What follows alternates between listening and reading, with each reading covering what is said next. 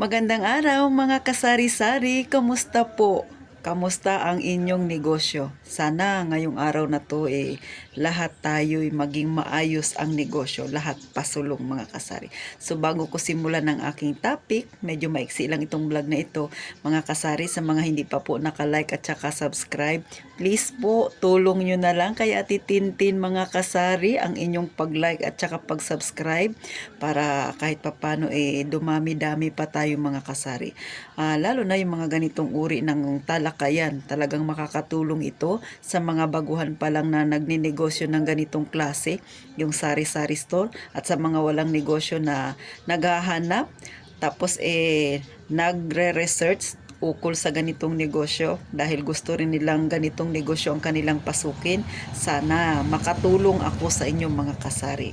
At saka syempre, para lumawak pa ang magkaroon din ng motivation at saka magkaroon ng interest sa ganitong klase ng negosyo, magkaroon ng idea, magkaroon ng kaunting background, 'di ba mga kasari? Kasi syempre, pagka ikaw ay interesado na magkaroon ng ganitong negosyo, kapag wala ka pang negosyo, una mo munang aalamin kung ano ba yung mga pinagagawa ng mga may tindahan dyan na mga kasari.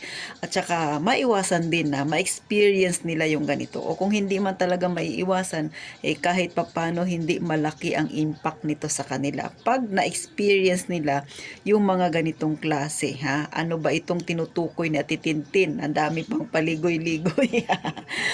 Syempre, yung mga customer natin na mahilig mangutang. Kaway-kaway sa mga may tindahan dyan na na-experience ito. Sa totoo lang, hindi masama yung magpautang. Pero yung masama, yung magpapautang ka sa mga hindi marunong magbayad. Kasi number one talaga na kung bakit nalulugi ang isang tindahan, kung bakit nagsasara, ay ang utang. Katunayan, si mother ko nga matagal nang nagsara ang kanyang tindahan. Ito na nga at pinagpapatuloy ko.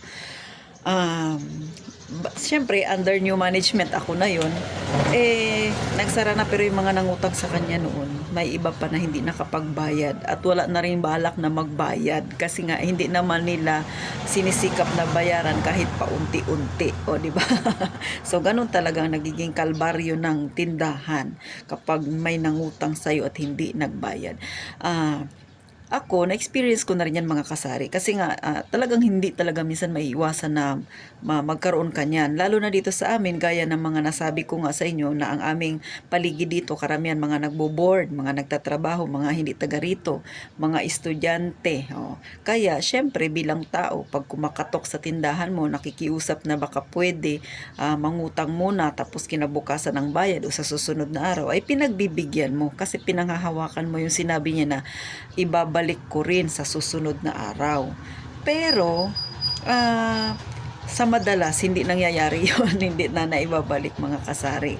Ewan ko ba, bakit may mga ganong tao na mahilig mangako pero hindi naman nila tinutupad. Mahiling magbigay ng date kung kailan sila magbabayad pero hindi nangyayari. Siyempre, ikaw na may-ari ng tindahan, naniwala ka kasi nga ibabalik lang sa susunod na araw. Kasi nga, syempre tayong tao ay meron talaga tayong pusong maawain. Kaya lang minsan naaabuso talaga yun. Hindi ko ba alam bakit may mga ganun, no? Pero syempre, negosyo tayo, hindi tayo pwedeng magpa-apekto ng mga ganun-ganun. Minsan nangyayari yun, pero tuloy lang ang negosyo. Kasi, sabihin man natin na maliit o malaki yung nakuha sa atin at hindi nagbayad, ito yung pinili natin na buhay natin. Kaya tuloy lang tayo. Kaya sa totoo lang, na-experience ko yan mga kasari. Nasa 400 din yun. Maliit kung titingnan ng iba. Pero para sa akin, malaki yun. Kasi sa grocery, pwede ba yun sabihin mo, ibabalik mo lang? Di ba hindi pwede? Pwede ba yun sabihin mo, mangutang ka muna kasi wala ka ng paninda? O di ba hindi pwede? Kaya para sa akin, mahalaga yun. Kasi nga, hindi tayo magkakaroon ng paninda kung hindi rin tayo magbabayad, o di ba? Hindi tayo pwedeng mangako-ngako lang. So ganun mga kasari. Kaya mahirap talaga minsan na yung tiwala natin naaabuso. Kaya minsan na hindi mo rin masisisi yung ibang mga tindahan kung bakit naghihigpit sila. Ayaw na minsan magpautang kasi marami na silang experience sa kanilang customer na ganun ang ginagawa. Ako ganun din. Na-experience ko nga yan at hindi lang isang beses. Kaya Ngayon talagang sobrang higpit na ako. Hindi ko pinanghihinayangan yung mga ganyang klaseng tao.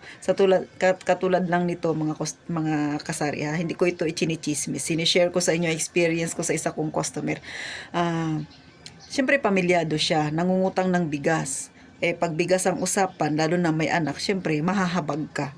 Ang kwentuhan, ang usapan namin, mamayang hapon, nangutang siya ng tanghali. Sabi niya mamayang hapon ibabalik kasi nga nagdadrive ng tricycle yung asawa niya.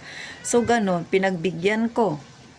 Pagdating ng hapon, expected ko, kaya gabi na magbabayad siya, pero hindi siya nagbayad. Instead na magbayad siya, nagdagdag pa siya ulit. Sabi niya, mamaya lang te, kasi hindi pa nakauwi. So yung mamaya niya, inabot na ng ilang araw, hanggang sa umabot na ng ilang buwan. Hindi na siya nagpapakita sa akin. Niha-niho, wala akong narinig sa kanya. Tapos pagdadaan siya at matsimpuhan mo, nung mga unang linggo siguro sinisingil ko pa. Sabi ko, may nakalimutan ka kasi yung napadaan bigla sa may ano ko. Tapos sabi niya, te, mamaya lang. Hanggang sa hindi na mamaya niya, wala na. Hindi na nagpakita sa akin. Tapos nung one time, maagang maaga pa. Sabi ko, bakit may payong siya? Maagang maaga pa dumaan sa akin. Alam nyo bang ginawa mga kasari? Yung payong, hinarang niya sa katawan niya. Talagang tinakpan niya yung mukha niya. Kalahati ng katawan niya nakatakip ng payong. Yung payong nakaharap dito sa akin para hindi siya makita. Tapos dinaanan lang ako. Doon sa kabilang tindahan bumili. Gaya ng nasabi ko sa inyo mga kasari, hindi kasi ako yung tipo na taong palaaway. Hindi ako mahilig makipagkomprontasyon sa mga ganyang ugali ng mga tao. Hinayaan ko lang hanggang ngayon, ilang buwan na, pero nahihiya na siya sa akin, halos hindi na nalabas ng bahay nila. Ako naman, wala namang problema sa akin kung nakipag-usap siya ng maayos kasi 'di ba? Tao kang nakipag-usap sa akin nung nangungutang ka, dapat tao ka ring makiharap sa akin kung hindi ka makakabayan. Sa totoo lang, yung mga nagpapautang na yan, para sa akin na madali silang kausap kasi nakautang ka nga, di ba? Bakit kung hindi ka makakabayad, ba't hindi ka nakikipag-usap sa kanila? Kung kaya mong humarap sa kanila na nangutang ka, kaya mo ring humarap sa kanila na humingi ng dispensa na hindi ka makakabayad dun sa napag-usapan ninyo. Madali namang kausap yung mga ganyang tao. Katulad ako, madali namang kausap, pero mas pinili niyang hindi magbayad.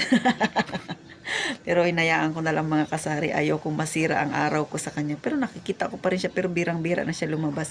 Madalas yung anak niya na lang yung inuutusan niya. Pero nabili pa rin dito yung anak niya sa akin. Pero hindi ko naman dinadama yung anak niya kasi elementary. Ano bang magagawa ng bata, di ba? Minsan, nung mga unang buwan siguro, tinatanong ko pa, sabi ko sa anak niya, sabihin mo kay mama mo, may kulang siya dito ha. Hanggang ganun lang ako. Siguro mga nakatatlong beses lang ako paalala, pero parang walang effect. Ay, nayaan ko na. Kasi, move on na ako. Mga kasari. Kasi para sa akin, araw-araw naman ako binibiyaya ng Panginoon. Bahala siya kung hindi siya magbayad sa akin. Wala na akong magagawa, di ba? Ayaw niya. Kesa naman pilit-pilitin ko sa maliit lang na halaga. Pero syempre yung tiwala natin ay hindi na maibabalik. At saka kung ikaw yung ganong klaseng tao, hindi ka na makakaulit sa nilapitan mo kasi nga ganon ka. So, kaya sa mga may tindahan dyan, ingat tayo sa mga ganong klaseng tao. Pero kung medyo malaki naman yung tindahan ninyo, hayaan nyo na lang. Kasi yung mga ganyang tao ay hindi yan nasa sa Panginoon na kung paano sila igaganti ng mga sa ganyang ginagawa nila sa kapwa nila na masyadong magulang. Pero tayo tuloy lang tayo. Wala naman tayong inaapakan. Wala naman tayong inaagrabyado. Sa atin ay nagninegosyo lang tayo para makatulong sa pamilya. Para meron din tayong kabuhayan. So doon na lang ako nakapokus. Sinahayaan ko na yung mga ganyang klaseng tao. Pero kayo, nasa sa inyo pa rin po yan kung kayo ay madadala o hindi madadala. Pero pag hindi kayo nadala na nangyari na yan sa inyo, kahit gaano pa kalaki ang inyong tindahan, kahit gaano pa karami ang laman ng tindahan nyo, pag hindi kayo nadala sa ganyang klase ng customer, tuloy-tuloy pa rin at marami pang ganyan na mangungutang sa inyo, isa lang ang kahahantungan ng tindahan nyo, magsasara talaga kayo. So, ganun talaga mga kasari. So, 'di ba tayo may na-experience natin yan, lalo na sa mga may tindahan yan, alam na nila yan. So yung mga ganyan, minsan hindi na talaga sila nagtitiwala at mas nagiging mahigpit sila kasi ang pera ay mahirap kitain. Sa mga nangungutang diyan, ang pera ay hindi lang pera ang pinapautang sa inyo, kundi tiwala, kundi yung friendship ninyo, yung pagiging magkaibigan ninyo. Nagtiwala siya kasi alam niya na magbabayad ka. Kung hindi ka makapagbayad, syempre meron kayong pinagsamahan, yun na lang yung tinitingnan ng isang tao. Kaya patuloy pa rin siya na tumutulong sa inyo. Sana wag namang sirain na, 'di ba? Sa mga nanonood diyan na may mga ganitong problema na may utang kayo, pakiharapan nyo ng maigi yung inutangan ninyo. Madali yan silang kausap na nakautang nga kayo. So, ganun mga kasari. Wag na hindi babayaran yung mga nautangan natin. So, paano mga kasari, magpapaalam na si Ate Tintin sa inyo? Sa mga may tindahan dyan, sana nakunan ninyo ng aral yung aking experience. Kayo, nasa sa inyo yan. Kung anong gagawin ninyo sa ganyang customer. Pero ako, hinayaan ko na lang mga kasari. Kasi alam ko, patuloy naman akong ibibless ng ating Panginoon, di ba? Hayain na. Hindi naman natin na ikalulugi yan. Kasi, syempre, maaga pa, alam mo na yung ugali niya. So, thank you sa mga nanonood. Sa mga hindi pa nakasubscribe, please, palike na lang mga kasari. At saka kung may time kayo, baka pwedeng pakishare na rin mga kasari para dumami pa tayong magkwentuhan ng ganitong kapaki-pakinabang na topic na makakatulong sa atin, na lalo na sa mga nagninegosyo. At sa mga wala pang negosyo dyan na ito yung gusto na negosyo nila, magkaroon kayo ng kaunting kaalaman. So paano mga kasari? Gaya ng laging sinasabi ni Ate Tintin, mag-iingat kayong palagi mga kasari.